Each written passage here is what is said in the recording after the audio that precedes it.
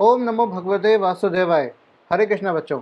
बहुत देर हो गई मुझे वीडियो लाते हुए, पर अब इसके बाद मैं प्रिपेयर करके ले आया। बहुत बिजी था और प्लस मेरी तबीयत भी ठीक नहीं थी। सो ये मौसम चेंज हुआ और तबीयत ख़राब हो गई और मैं कर नहीं पाया। हाँ, ऐसे बीच में मैंने ऑनलाइन लेक्चर दिया था। चलिए ठीक है, अब इतनी बातें अपनी छोड़ें, सीधा बात करते काउंटर्स एंड टाइम डिलेज, जो मैं लास्ट वीडियो में आपको बताया था। ये वीडियो लेकर आऊँगा। सो सीधे बात हम करते हैं काउंटर्स के बारे में। ठीक है, तो काउंटर्स की अगर मैं बात करूँ तो ये काउंटर होता क्या, देखो देखो सामने देख रहे हैं। तो जो काउंटर है वो setup by loading a register with a certain value. मतलब एक लूप काउंटर होता है, ठीक है, उसको सेट किया जाता है एक रजिस्टर के द्वारा। ठीक है, एक रजिस्टर के अंदर एक वैल्यू हम सेट कर देते हैं और लूप हम कहते हैं कि भाई अब उसमें क्या करेंगे, हम उसको डिक्रीमेंट करते रहेंगे यूजिंग द डिक्रीमेंट या इंक्रीमेंट, कुछ भी हो। मतलब हमें काउंट ही तो करना है। हम चाहे कोई काउंट डाउन करें, जैसे अगर अपन काउंट डाउन करना टाइम का कि ये काम 10 सेकंड में हो जाना चाहिए, तो 10 से लेकर 1 तक काउंटडाउन चलता है। ठीक है, तो ये क्या होगा, डिक्रीमेंट। ठीक है, अगर मुझे स्टेप्स गिनने हैं, ठीक है, नंबर ऑफ स्टेप्स कितने हैं, नंबर ऑफ आइटरेशंस कितने परफॉर्म हुए, तो आइटरेशंस या स्टेप्स गिनने के लिए हमें क्या चाहिए, इंक्रीमेंट चाहिए, है ना। ठीक है, तो इंक्रीमेंट हो सकता है। तो the contents of registers are updated. ठीक है, तो जो भी रजिस्टर के जो वो होंगे, इसके कंटेंट्स होंगे, वो सारे अपडेट किए जाएंगे डिपेंडिंग ऑन द यूसेज। अब काउंटर हमें ज़रूरी नहीं कि हमें डिक्रीमेंट करना, हम इंक्रीमेंट भी कर सकते हैं। ठीक है, सो इसमें और हम देख लेते हैं भाई, जो लूप है मेरा, राइट, जो लूप है मेरा, बस यार एक किनारे में देख रहा हूँ आपको यहाँ पर, राइट। तो जो लूप है वो सेट कैसे किया जाता है, विद अ कंडीशनल जंप। अब जो लूप कैसे सेट किया जाता है, कंडीशनल जंप की तरह। इसको आप ऐसा समझ सकते हो जैसे डू वाइल लूप था आपका। ठीक है, कुछ इस तरीके से, या वाइल लूप था आपका। इसको भी अगर मैं मिटा दूं, इसको अगर मिटा के मैं बता दूं सीधा आपको, राइट, जैसे आपका वाइल लूप था, राइट। आपको शायद दिख नहीं रहा होगा, आई एम सॉरी बच्चों, ये दिख नहीं रहा होगा। मैं इसको ज़रा करेक्ट कर लूँ, रुको ज़रा। एक काम करता हूँ, ये मैं नीचे ले आता हूँ, थोड़ा मैं ऊपर उठ जाऊँगा। ठीक है, इसको मैं नीचे ले आता हूँ। अब ये ठीक रहेगा, है ना। तो नीचे से आता रहेगा, अपना पढ़ते रहना। ठीक है, इस तरह से आता रहेगा। ओके, तो वाइल लूप जो हो गया मेरा, है, तो वाइल लूप में क्या होता है, यहाँ पे कंडीशन होती है। ठीक है, तो अब जो भी यहाँ पे लास्ट स्टेटमेंट होगी वो यहाँ फिर से जाके चेक किया जाएगा, जो भी बाहर होना है कि नहीं होना, उस कंडीशन के ऊपर चेक होगा। अगर कंडीशन ट्रू है तो जाएगा, नहीं तो बाहर आ जाएगा, राइट। इसी तरीके से होता है कंडीशनल जंप, तो किसी कंडीशन के बेस पे हो रहा है। अब यहाँ पे एक्चुअल में क्या है, वाइल लूप अब शुरुआत में कंडीशन पूछ रहा है, लेकिन कंडीशन जंप मेरा हो सकता है लास्ट में दे रखा हो। तो मैं तभी आपको मैंने डू वाइल लूप का एग्जाम्पल भी दिया था, देखो, तभी मैंने आपको यहाँ पर लिखा था डू वाइल लूप। तो डू वाइल लूप जो होता है आपका सी लैंग्वेज के अंदर, सी प्लस प्लस के अंदर जो होता है आपका, तो उसमें लास्ट में पूछता है, कंडीशन लास्ट में पूछता है, एग्जिट करने से पहले। ठीक है, यहाँ पे शुरुआत में पूछ लेता है।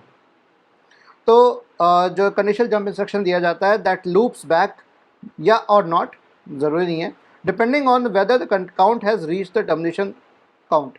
जो भी हमारा काउंट प्लस प्लस है, काउंट माइनस माइनस है, राइट। जैसे सपोज करें मैं यहाँ पर ऐसे लिख दूँ, मैं देखो इस तरीके से मैं यहाँ मेंशन कर देता हूँ। देखो सपोज करें मैंने लास्ट में काउंट माइनस माइनस कर दिया, तो मैं वाइल पूछा मैंने सीधा, count is greater than equal to zero. जब तक मेरा काउंट ज़ीरो या ज़ीरो से ज़्यादा रहेगा तब तक चलते रहो। जैसी कंडीशन फॉल्स होगी तो ये बाहर आ जाएगा। ठीक है, अगर मैं ये ना करूँ, चलो अगर ये तो होगा डिक्रीमेंट वाला फंडा, अगर मैं इंक्रीमेंट वाला करूँ तो लो, मैं इसको ब्लू से लिखता हूँ यहाँ पर। इंक्रीमेंट, ये डिक्रीमेंट वाला किया, मैं इंक्रीमेंट वाला करता हूँ, तो काउंट प्लस प्लस, तो हो सकता है कोई मैक्सिमम लिमिट में रखी हो गया तब तक काउंट करता रहे, वाइल जब तक ये काउंट जो है मेरा लेस देन इक्वल टू 10। मैं एग्जांपल ले रहा हूँ कि 10 या 10 तक, 10 के ज़्यादा जैसे हो जाएगा तो 11 जैसी हो जाएगी वैल्यू, तो बाहर आ जाएगा ये, राइट। तो ये मैं आपको चीज़ बता रहा हूँ कि यहाँ पर जो काउंटर का फंडा है वो इस तरीके से हो रहा है। तो हमारा यहाँ पे एक्चुअल में लग क्या रहा है, ये जंप हो रहा है। एक्चुअल में हो क्या रहा है ये, इसको मैं अगर मैं इस तरह से शो करूँ, ये हो क्या रहा है यहाँ पर, ये हो क्या रहा है, ये हो रहा है दोनों जंप बेस्ड ऑन कंडीशन। तो इसको मैं कह दूंगा कंडीशनल जंप। ठीक है, तो ये कंडीशनल जंप हो गया आपका, बेस्ड ऑन कंडीशन जंप करना है कि नहीं करना है वो उस कंडीशन के हिसाब से होगा। चलिए अब हम आगे बढ़ते हैं, काउंटर्स को और अच्छे से हम समझने का प्रयास करते हैं। ठीक है, जो ऑपरेशन होता है मेरा काउंटर का किस तरह से होता है वो फ्लो चार्ट से समझते हैं। देखो फ्लो चार्ट को मैं और बड़ा कर देता हूँ। देखो फ्लो चार्ट को और अच्छा सा देख लीजिए आप यहाँ पे, और अच्छा सा दिख जाएगा, राइट। इनिशियलाइज करेंगे अपन पहले, बॉडी ऑफ लूप स्टार्ट होगा, अपडेट द काउंट और इज दिस फाइन। तो ये डू वाइल लूप की तरह हो गया ना, कंडीशन लास्ट में चेक हो रही है क्या मेरी काउंट की फाइनल वैल्यू आ गई है। अगर आ गई है तो हाँ तो चले नीचे, नहीं तो वापस जाओ, ठीक है, इस तरीके से। चलिए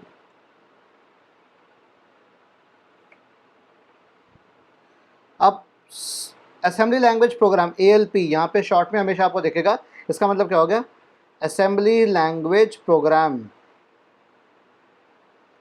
असेंबली लैंग्वेज प्रोग्राम।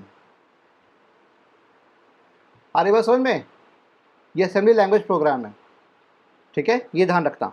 तो सैंपल कैसे बन रहा है असेंबली लैंग्वेज प्रोग्राम का, for implementing a loop using DCR instruction. तो डिक्रीमेंट फंक्शन कैसे हो रहा है देखो, मूव इमीडिएट, MVI क्या बताया था मैंने, आई क्या बताया था, MV का मतलब मूव, इमीडिएट मतलब इमीडिएट डेटा, जो डायरेक्ट डेटा अपन डाल रहे हैं, ठीक है, हम किसी रजिस्टर के थ्रू ही डाल रहे हैं, हम किसी इनपुट आउटपुट के थ्रू ही डाल रहे हैं, हम डायरेक्ट डेटा फीड कर रहे हैं, ठीक है।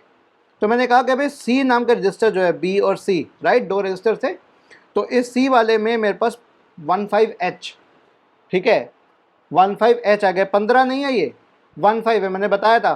तो 1 को कैसे लिखेंगे, 15H को कैसे लिखेंगे, हेक्साडेसिमल है, तो 0001, और 5 कैसे आ गया, 0101, ठीक है। तो ये 8 बिट का डेटा आपका C रजिस्टर के अंदर हमने मूव करा दिया।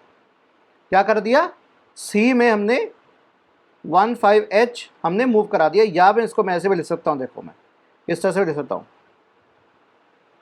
हेक्साडेसिमल फॉर्म का जो 15 है मेरा, ये इसमें चला गया। अब लूप नाम का मैंने लेबल दिया, यहाँ पर क्या दिया, लेबल दिया, इस पर क्या लिखा है मैंने, DCR-C, ठीक है। तो DCR-C का मतलब क्या हो गया, डिक्रीमेंट करते रहो, क्या कर रहे हैं, डिक्रीमेंट कर रहे हैं। और जंप नॉट जीरो, क्या लिखा है, जंप नॉट जीरो, जब तक ये लास्ट वैल्यू, जब तक ये लास्ट वैल्यू जीरो नहीं होती, देखो मैं क्या कर रहा हूं, जब तक C मतलब C फॉर योरसेल्फ, यस, की वैल्यू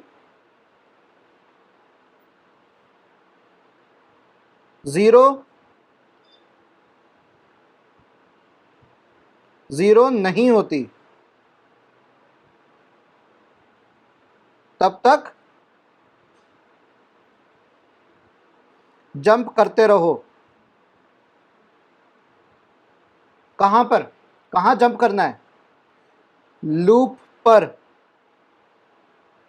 लूप पर जंप करते रहो, जब तक ये वैल्यू 0 नहीं हो जाती, जब तक ये 0 नहीं हो जाता तब तक ये जंप करता रहेगा। अरे बस समझ में, बस ये लूप नाम दिया मैंने, मैं कुछ भी दे सकता हूँ यार, मैंने यहाँ पर लूप नाम दिया, मैं कुछ भी दे सकता हूँ, डजेंट मैटर, कोई फर्क नहीं पड़ता, ठीक है। तो लूप में तब तक जा रहा है मेरा, क्लियर होगी बात, कोई दिक्कत किसी को अभी तक। तो सिंपल सा फंडा, जब तक, वही जब तक मतलब वाइल कंडीशन, वाइल जब तक नॉट जीरो, JNZ हो गया, जंप नॉट जीरो, ठीक है, जब तक जीरो नहीं तब तक जंप मत करो, ठीक है। और समझते हैं इसको, तो एक बार समझते हैं। अब register pair as a loop counter, तो यहाँ पर रजिस्टर पेयर का इस्तेमाल हम कर सकते हैं। Using a single register one can repeat a loop for a maximum account of 255 times, जब तक हम कर सकते हैं 255 बार कर सकते हैं। क्यों, क्योंकि अगर अपन 0 से काउंट करें तो मैक्सिमम कितनी वैल्यू जा सकती है, 255, क्योंकि 8 बिट है, 8 बिट्स है, 8 बिट्स का मतलब हो गया 2 की पावर 8, 2 की पावर 8 का मतलब हो गया 256, 256 का मतलब है 0 से लेकर 255, ठीक है। इतना ही लिमिट आ सकती है आपकी 255, ताकि इतनी बार, चाहे 255 से 0 तक बढ़ो, चाहे 0 से 255 बढ़ो, बात एक ही है। क्लियर हो रही बात, कोई दिक्कत किसी को अभी तक, ग्रेट। तो it is possible to increase this count by using a register pair for the loop counter instead of single register. अगर मुझे इससे ज़्यादा इंक्रीज करना है तो मैं 255, अब 8 बिट है तो 255 हो रहा है, 16 बिट होगा तो क्या होगा, 65536, मतलब 0 से लेकर 65,535 तक, या 65,535 गुना या उतनी बार 65,535 बार ये काउंटर रिपीट हो सकता है टाइम्स। तो जो भी मेरा होगा, तो मैंने प्रॉब्लम इसमें आ सकती है कि भाई how to test for final count since DCX and INX। अब चूंकि रजिस्टर पेयर का इस्तेमाल करें तो पेयर के लिए हमारा X का इस्तेमाल होता है, अगर R का इस्तेमाल कर रहे हैं DCR या INR लिखा है तो सिंगल रजिस्टर के लिए मैं आपको बताया था तरीका, एक ट्रिक है जहाँ पे भी अगर जैसे DCX और INX है, मैंने आप शुरू में बताया भी था, पिछली वीडियो देख लेना, राइट, ये मैंने बताया था। तो X का इस्तेमाल कहाँ पे हो रहा है, ये हमेशा होता है रजिस्टर पेयर के लिए, ये हमेशा होता है रजिस्टर पेयर के लिए, जैसे BC और DE। HL इस्तेमाल नहीं होता, HL नहीं होता इसके अंदर, HL होता है हमेशा ऑलवेज फॉर मेमोरी। HL को रखा गया मेमोरी के लिए कि मेमोरी में जो भी डेटा स्टोर होना है उसके कौन देख रेख करेगा, कौन संभाल के रखेगा, HL संभाल के रखेगा। HL ही मेमोरी के साथ बात करेगा, वो मेमोरी का एक हिस्सा बन के रहेगा, ठीक है। तो बाकी जो रजिस्टर पेज है मेरे BC और DE, ये इनके लिए अगर मुझे इंक्रीमेंट करना है डिक्रीमेंट करना है तो DCX और INX काम करता है। और उसी की बातें कह रहा, ये फ्लैग्स को मॉडिफाई नहीं करते, तो फाइनल उसमें पता लगना बड़ा मुश्किल है, चेक करना बड़ा मुश्किल है क्या मेरी वैल्यू ज़ीरो हुई, क्योंकि फ्लैग में आता है ज़ीरो, ज़ीरो फ्लैग आता है ना, तो ज़ीरो फ्लैग चेक किया जाएगा क्या उसकी वैल्यू ज़ीरो हुई कि नहीं हुई। तो कैसे किया जाएगा, अगर loop looking if the loop is looking for the count become zero, हम एक स्मॉल ट्रिक यूज़ कर सकते हैं, ऑरिंग करके और ऑपरेशन करके दो रजिस्टर्स को in the pair then checking the zero flag. हम ये कर सकते हैं कि दोनों की जो वैल्यू है उनके और कर दें, ठीक है, और करने के पश्चात अगर मेरी ज़ीरो आती है तो वो चेक कर सकते हैं ज़ीरो आया कि नहीं आया, ठीक है, दो रजिस्टर पेयर की जो वो वैल्यू है। अभी देखते कैसे करेंगे, देखो अब इसका हम तरीका करने का प्रयास करें, जो ऊपर अंग्रेजी लिखी हुई है उसी को हम करने का प्रयास कर रहे हैं। Following is an example of a loop set up with the register pair as the loop counter. अब कैसे देखें, देखो सिंपल सा प्रोग्राम है बच्चों, डरने का बिल्कुल नहीं है। COA देखो अभी रिजल्ट आने वाला है, थर्ड सेमेस्टर का भी आया नहीं है, पता लग जाएगा, कल मैं एक बार पूछूंगा सबसे एक बार कि आए कि नहीं आए, नहीं तो तुम लोग कमेंट सेक्शन में बता दिया करो। खैर अब तो मेरी वीडियोस इतनी आगे वायरल नहीं हो रही है तो कोई देख नहीं रहा, तो फिर भी एक्सपेक्ट करूँगा कोई एक देख ले तो बता देना मुझे, ठीक है। तो डोंट वरी, COA में आप परेशान रहे होगे लेकिन इसमें परेशान मत होना, कोई दिक्कत की बात नहीं है। ओके देन, सो LXIB। अब मैंने आपको चीज़ बताई है, जब हम X की बात LXI load into register pair, X का मतलब हो गया register pair immediate data, L का मतलब हो गया लोड, X का मतलब हो गया एक्सटेंडेड।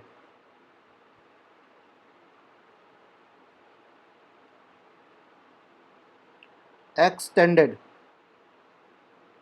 क्लियर, और I का मतलब हो गया इमीडिएट।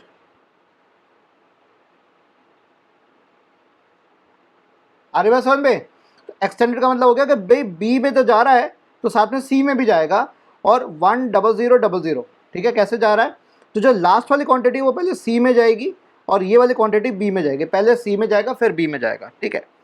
तो BC का मतलब, अगर B में कह रहा हूँ एक्सटेंडेड है तो मतलब B के बाद उसका साथ ही C भी आएगा, ठीक है। तो B में क्या स्टोर हुआ मेरा 10 और C में क्या स्टोर हुआ 00, ठीक है। ये दोनों मेरे अलग अलग सेव हुए हेक्साडेसिमल फॉर्मेट में। अब मैंने लूप यहाँ पर लेबल लगा दिया और कहा DCX करो, मतलब डिक्रीमेंट करो, BC आपके जो रजिस्टर पेयर को डिक्रीमेंट करना शुरू करिए। फिर मैंने कहा मूव करो, मूव कराओ किसका, भाई जो C है मेरा, C में जो वैल्यू है उसको मूव कराओ किस में, A में। A कौन सा है, A क्या है मेरा, एक्यूमुलेटर। और उस एक्यूमुलेटर में हमने एक ऑपरेशन चला दिया और कर देगा, उसकी ऑरिंग हम किससे कर रहे हैं, C की ऑरिंग किससे कर रहे हैं, B से कर रहे हैं, और A ये सिंगुलर है, ये मतलब ये सिंगल ये रजिस्टर पेयर पे काम नहीं कर रहा है, ये एक सिंगल उसके ऊपर काम कर रहा है, रजिस्टर पे काम कर रहा है। तो C में की वैल्यू A में चली गई और A में जो वैल्यू अब पड़ी है, जो C की वैल्यू गई थी, मूव की गई थी, उसकी और किससे करा रहा हूँ मैं, B से करा रहा हूँ। और तब तक चेक कर रहा हूँ मेरा लूप, मेरा जंप नॉन ज़ीरो लूप पे गया कि नहीं गया, वो चेक किया जाएगा। तो इसकी यहाँ पर हमारे पास B को डिक्रीमेंट किया जाएगा, B को डिक्रीमेंट किया जाएगा, इसको डिक्रीमेंट किया जाएगा, इसको डिक्रीमेंट करना शुरू करिए। और जैसे अब इसका डिक्रीमेंट क्या करोगे यार, जीरो का डिक्रीमेंट क्या करोगे आप, जीरो का डिक्रीमेंट तो किया ही जाएगा, जीरो तो जीरो ही रहा, इसका डिक्रीमेंट करते जाएगा। जैसे जैसे डिक्रीमेंट होता जाएगा दोनों की ऑरिंग करते जाओ, क्योंकि अगर एक भी वन रहा, 10 से अगर मैं जीरो तक आऊं मैं, ठीक है, ये क्या 10 क्या है, 2 है, 10 क्या है नंबर 2, नहीं नहीं नहीं 2 भी नहीं है, ये हेक्साडेसिमल है ना, देखो 10 क्या हो गया 001, ये हो गया, इसका मतलब नंबर कौन सा 8, 8 से लेकर 0 तक जाएगा ये, क्लियर हो रही बात। तो जब भी मेरा 1 रहेगा कहीं पे, मतलब मेरा ट्रिप, अब जैसे नेक्स्ट डिक्रीमेंट हुआ तो क्या आ गया 7 आना चाहिए, ये आना चाहिए। हेक्साडेसिमल में इसको कैसे लिखेंगे, ये तो क्या 7 हो गया बाइनरी के टर्म्स में, सॉरी डेसिमल फॉर्म में, ये बाइनरी हो गया। अगर हेक्साडेसिमल में लिखेंगे तो क्या होगा 07, बात एक ही है, 07, 06, 05, 04, 03, 02, 01 एंड देन 00। जैसे 00 आया, अब हर एक का हमने और करते गए, तो जब भी 1 रहेगा और में क्या होता है, और में क्या होता है, अगर एक भी 1 रहा दो बिट वाइज के बीच में, तो आंसर मेरा 1 आएगा।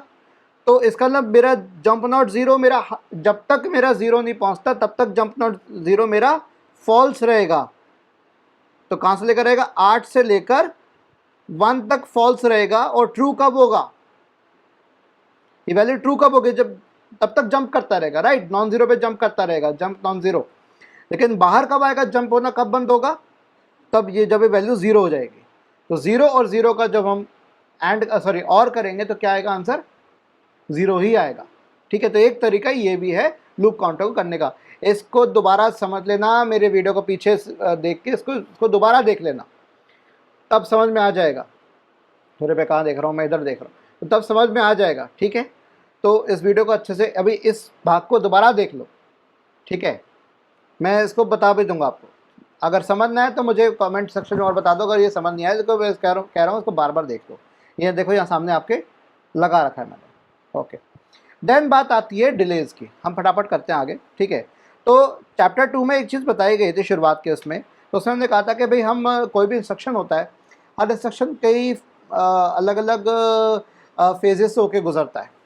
ठीक है, अलग अलग फेजेस से होके गुजरता है, और दिख रहा है ना, हाँ, अलग अलग फेजेस से होके गुजरता है, जिसमें पहला कॉम्बिनेशन आ गया fetch, memory read, memory write cycles. दो भी हमारी कॉम्बिनेशन होती हैं, फेच, मेमोरी रीड और मेमोरी राइट के डिफरेंट डिफरेंट कॉम्बिनेशन होते हैं।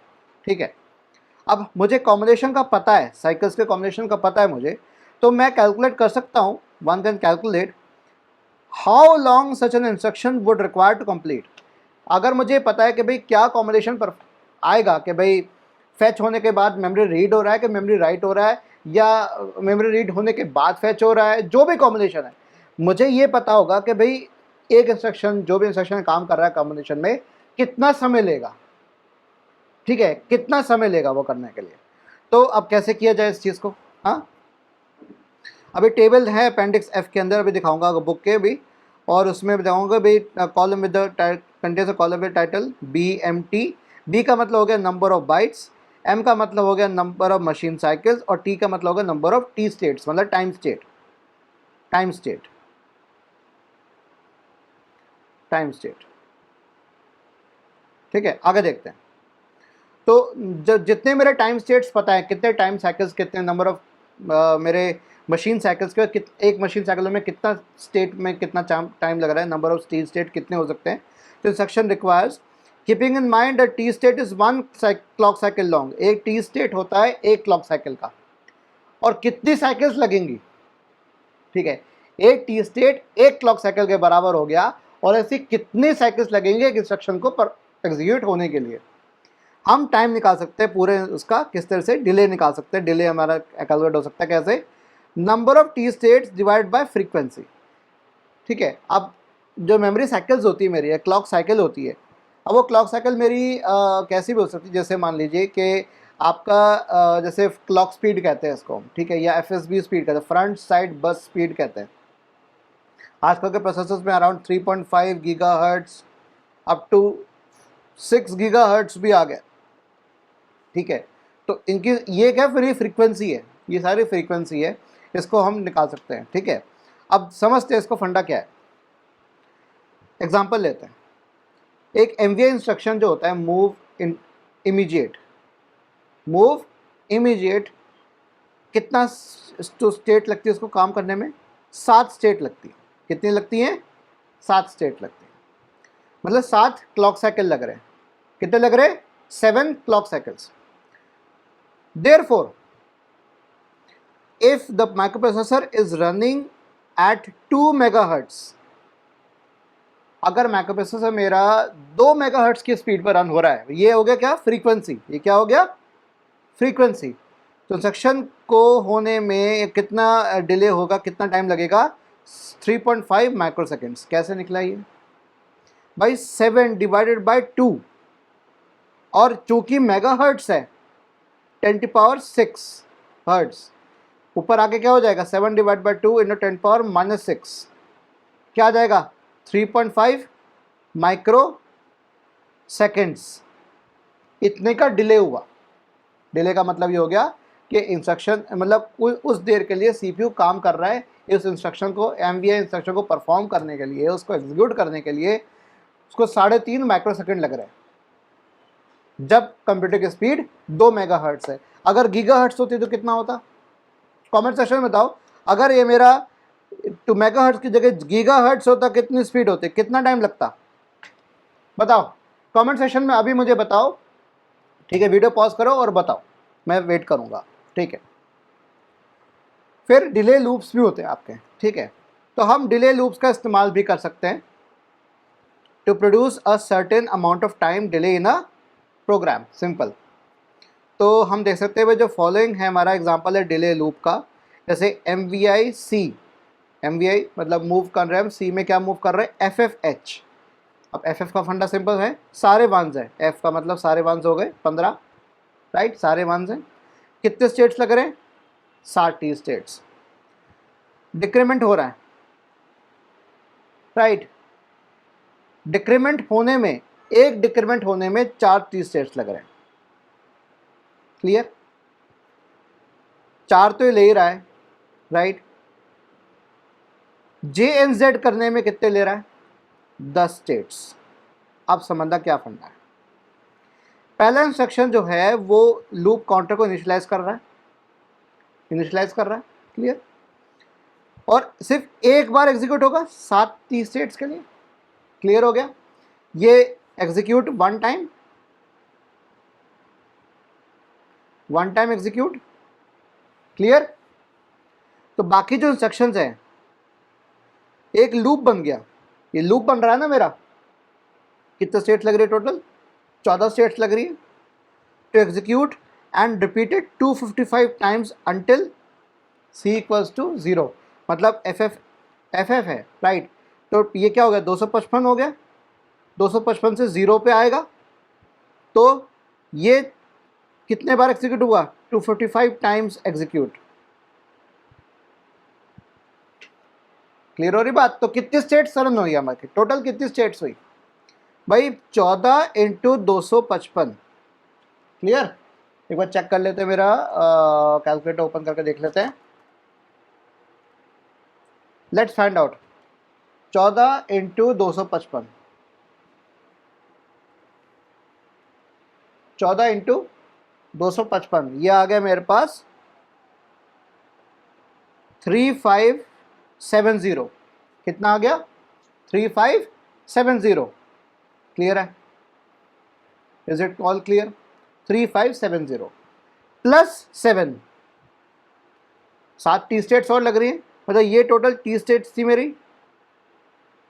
14 टी स्टेट्स इंटू 245, ऐसे 14 टी स्टेट्स, फिर 255 बार हो रही हैं। टोटल 3570 टी स्टेट्स हुई, प्लस एक बार ये एग्जीक्यूट हुआ 7 इंटू 1, तो कितना आ गया? 3577 टी स्टेट्स। कितनी टी स्टेट्स निकली हमारी? 3577। क्लियर? अब हमें ध्यान रखना पड़ेगा कि जो लास्ट आइटरेशन है लूप का JNZ, वो फेल होगा, लास्ट वाला फेल होगा, तो रिक्वायर ओनली टी जो 7 टी स्टेट्स लग रहे हैं रादर देन 10, क्योंकि लास्ट का जो होगा मेरा वो 7 टी स्टेट्स ही लगेंगी रादर देन 10, पूरी 10 ना लग के 7 ही होगा। तो मैंने अभी निकाला क्योंकि हमें 3 टी स्टेट्स हमें हटानी पड़ेंगी लास्ट की टू फ्रॉम द टोटल। तो 3 स्टेट्स अगर हम हटा देते हैं total delay to get that accurate delay calculation, तो जैसे ये तो मैंने ओवरऑल निकाला, तो मैं इसको 14 ना करके क्या करूँगा लास्ट के केस में। अब इसमें मेरे पास देखते कैसे होगा। तो टोटल डिले मेरा कैसे निकलेगा, टोटल डिले मेरा निकलेगा T O plus T L, तो delay outside the loop and delay of the loop, ठीक है। तो T O is the sum of all delays outside the loop, outside the loop कितना होगा देखते हैं। तो आउटसाइड द लूप है मेरे पास 70 स्टेट्स, लूप के बाहर आने पे 10 स्टेट्स है, और जो मैंने निकाला था देखो ये -3 करना पड़ेगा मुझे, यस। तो यहाँ पे मुझे करना पड़ेगा -3, ये मैंने किया था ना, -3 हो जाएगा, ये कितना होगा 3574, 3574, ठीक है। तो 6 7 और 30 दोनों को जोड़ के कितना होना 3574 बनेगा, ठीक है। तो टोटल डिले मेरा अगर निकाल सकते हैं तो टोटल डिले मेरा कितना निकलेगा, एमवीएन सेक्शन का 7 T states outside the loop, और अंदर आके क्या होगा -3 होगा, ठीक है। तो 14 states for 2 instructions repeated 255 times, FF 16 मतलब 255, reduced by 3 T states for the final JNZ। तो फाइनल जो हमारा इंस्ट्रक्शन है वो हमेशा जो कंडीशन होती है वो फेल होगी, वो एग्जीक्यूट नहीं होगा, वो बाहर आएगा, ठीक है, एग्जीक्यूट नहीं होगा वो चीज़, ठीक है, वो घूम के नहीं जाएगा, वापस नहीं जाएगा, ठीक है। इसलिए हमने 3 स्टेट्स कम की हुई हैं। 3 क्यों कम किए हैं देखो, इसको एग्जीक्यूट होने में 4 लग रही हैं भाई, 4 तब हो रही है जब ये डिक्रीमेंट होगा, अब तो डिक्रीमेंट होना ही नहीं है, जब फेल हो गया तो एक ये तो होना ही नहीं है, राइट। तो जब ये होना नहीं है, सिर्फ ये वहाँ तक गया है, तो 10 में से मेरे 3 स्टेट्स, एक -1 हो जाना है, इसमें से -1 हो जाना है, और ये मेरा 3 मेरा कम हो गया इसमें से -3, तो टोटल 7 टी स्टेट्स आ गई इस तरीके से। तो मेरे पास 3574, 7 और 7 14, इतनी टोटल स्टेट्स लगी, टोटल डिले कितना हुआ टी स्टेट्स का, क्लियर होगी बात। चलिए अब टी स्टेट हम निकाल सकते हैं, टी स्टेट कैसे हो रही है हमारी, डिपेंड करता है कि हमारा फ्रीक्वेंसी क्या है क्या नहीं है। अच्छा, अगर अपन सिंगल रजिस्टर की बात करें, ठीक है, तो one can repeat a loop for a maximum count of 255 times, maximum 255 बार जा सकता है। वही प्रॉब्लम आ सकती है हमारी, DCX और NX मॉडिफाई नहीं करते फ्लैग को, हमें ऑरिंग करनी पड़ेगी, सेम चीज़। तो अब कैसा हो रहा है देखो, अब वही प्रोग्राम हम लेकर आ गए, सेम चीज़ लेकर आ गए, अब टी स्टेट्स निकाल के। तो भाई ये जो ले रहा है मेरा 10 टी स्टेट्स ले रहा है, DCX 6 ले रहा है, ठीक है, MOV 4 और 4, ठीक है, ये 10, क्लियर। इसमें भी अगेन -3 जाएगा मेरा, ठीक है। कैलकुलेट करेंगे तो T outside the loop 10 T states, 24 into 4096 कैसे हुआ देखो, 24 भी देखो भाई, 6 4 10 4 14, 14 और 10 कितना हो गया 24, 24 इंटू 255, ये 255 बार चलेगा लूप मेरा, -3 क्या आएगा -3, तो कितना आंसर आया मेरा 98,301 टी स्टेट्स, ये आंसर आ गया मेरे पास। तो 24 टी स्टेट्स 4 इंस्ट्रक्शंस के रिपीटेड 4096 टाइम, हाँ सॉरी 4096 टाइम्स होगा, कैसे होगा 4096 भी देखते हैं, क्योंकि यहाँ पर ये 100H है, ठीक है, 255 नहीं होगा, तो यहाँ पर आएगा 10000 है, तो 10000 कितना हुआ 1, ये हो गया, ठीक है, 1000000। अब देखते कैसे हो रहा है, ये 4 और 4 8, 4 12, ठीक है, 0 से लेकर 11, 11वीं बिट है ये 12वीं बिट है, क्लियर, 12वीं बिट पे आ रहा है। 2 की पावर 12 कितना होता है 4096, 4096 आया, और -3 तो मुझे करना ही करना है इसमें से, -3 तो करना ही करना है मुझे। तब जाके मेरा आंसर आया 98,301 टी स्टेट्स। क्लियर हो रही बात? 98,000 मेरा हो गई टी स्टेट्स हो गए। क्लियर हो रही बात है? फोजर एनालिसिस कैसे आया? क्योंकि मेरा 1010 है। मेरा जो नंबर है मेरे पास हेक्साडेसिमल फॉर्मेट में 1000 है। इसका मतलब वो फोजर एनालिसिस किस फॉर्म में हुआ? डेसिमल फॉर्म में हुआ। और ये मेरा लिखा है बाइनरी में। क्लियर हो रही बात?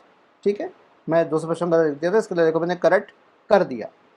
ऐसे आप नेस्टेड लूप बना सकते हो। देखो इसके अंदर भी राइट, लूप के अंदर लूप, तो पहले लूप 2 इनिशलाइज हुआ, फिर लूप 2 की बॉडी आई, फिर लूप 1 आ गया। लूप 1 अंदर काम करेगा, ये चलेगा पहले, उसके बाद ये चलेगा पहले, तो आपके नेस्टेड लूप्स हो गए। ये देखो सीधा एग्जांपल कर रहे हैं अपन यहाँ पर। तो अब इसका with T states register pair के हिसाब से हम कर रहे हैं, इंस्टेड या conjunction with T register pair. और nested loop can be use to increase the total delay produce. तो सारे जो डिले हमारे निकल रही है उसको इंक्रीज किया जाता है, क्योंकि ऑब्वियसली लूप ज़्यादा लग रहा है ना यार, आप मल्टीप्लाई हो रहा है। अगर बड़ा ऊपर आउटर लूप मेरा m टाइम्स चल रहा है, इनर लूप मेरा n टाइम्स चल रहा है, तो m क्रॉस n हो गया। टोटल नंबर ऑफ जो आइटरेशंस होगी वो m क्रॉस n होगी अगर डिफरेंट हुए तो, राइट। तो देखो पहला हम देखते हैं कि पहला बाहर का लूप कितने में चल रहा है। बाहर का लूप चल रहा है 10 से चल रहा है, 10 से 00 जाएगा, ठीक है। 2 नंबर JNZ लिखा हुआ है। अंदर वाला लूप जाएगा मेरा FFH से लेकर 00H, मतलब ऊपर वाला तो जाएगा मेरा 10 कौन सा हो गया 0001 और 4 0 हो गए। तो ये 1, ये कितना हो गया मेरा 8 नहीं था, सॉरी 8 नहीं था, ये 9, ये जाएगा 16 16 से 0 जाएगा, 16 से 0 जा रहा है ये। और ये किससे जा रहा है 255 से 0 जा रहा है। क्लियर? अब देखते हैं O1 NL1 अंदरूनी लूप का देखते हैं। अंदरूनी लूप में मेरे क्या चल रहा है देखो, अंदरूनी लूप में मेरे 7 टी स्टेट्स हैं, ठीक है। और ये 14, ये अंदर वही सेम चीज़ आ रहा है 10 इंटू आपका ये तो 7 लगेगा क्योंकि -3 होगा इसके अंदर, ठीक है। तो 14 इंटू, इसको मैं ऐसे कर देता हूँ, लास्ट का नहीं होगा ना, तो ये 14 है टी स्टेट्स है, 7 टी स्टेट्स मेरा हो गया, ठीक है। 7 इंटू 1, ठीक है। 14 इंटू 255 -3 प्लस दिस। क्लियर होगी बात? सेम चीज़ फिर बाहर का भी जुड़ेगा, बाहर का मेरा 16 से जा रहा है, ठीक है। तो ये 7 प्लस बाहर के लिए अगेन चीज़ होगा 14 इंटू कितना 16 आएगा, सॉरी 15 आएगा, 15 आएगा, ये 16 आएगा, 15 आएगा, 16 आएगा, ठीक है। -3। क्लियर? अब देखते हो ज़रा, यही होना चाहिए। सही है। तो 16 इंटू 14 प्लस 3574 सेम चीज़ आ गया, ठीक है। सब जुड़ गया आपका, 3574 अंदर का आ गया था, अंदरूनी का कितना आया था ये 3574 प्लस 14, ये अंदर का हो गया इंटू 16 ये अंदरूनी हो गया तो 14, ठीक है।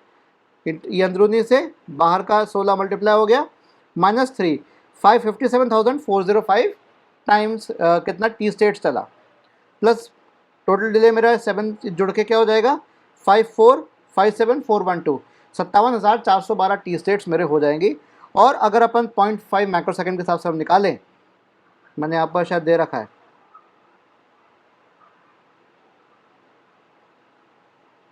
अच्छा यहाँ पे कुछ नहीं दे रखा, तो मैंने मान लिया कि 0.5 माइक्रोसेकंड लग रहा होगा इस सेक्शन को परफॉर्म होने में।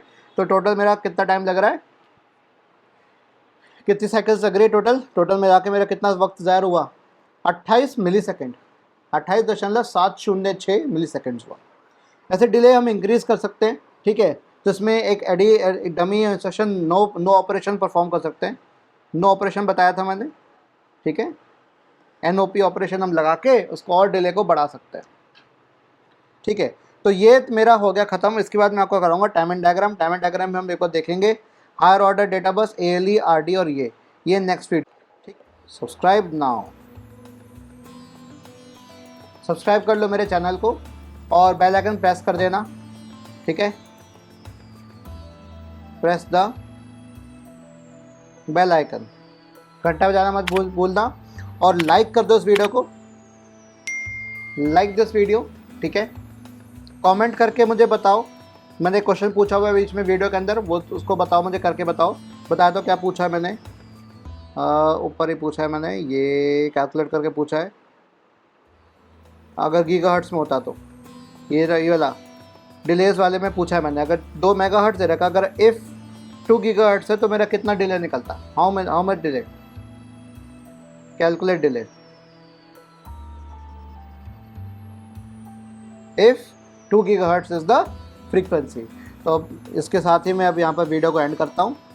काफ़ी मैंने फास्ट तरीके से पढ़ा है, अगर स्लो चाहिए तो उसको दोबारा देखना मेरे वीडियो को, और इसके और प्रीवियसली वीडियो मैंने और बना रखी हैं, वो सारे देख लेना। मेरे माइक्रो प्रोसेसर के इसमें डल जाएगा, आपका प्लेलिस्ट में आ जाएगा, ठीक है। तो इसी के साथ ओम नमो भगवते वासुदेवाय, हरे कृष्ण।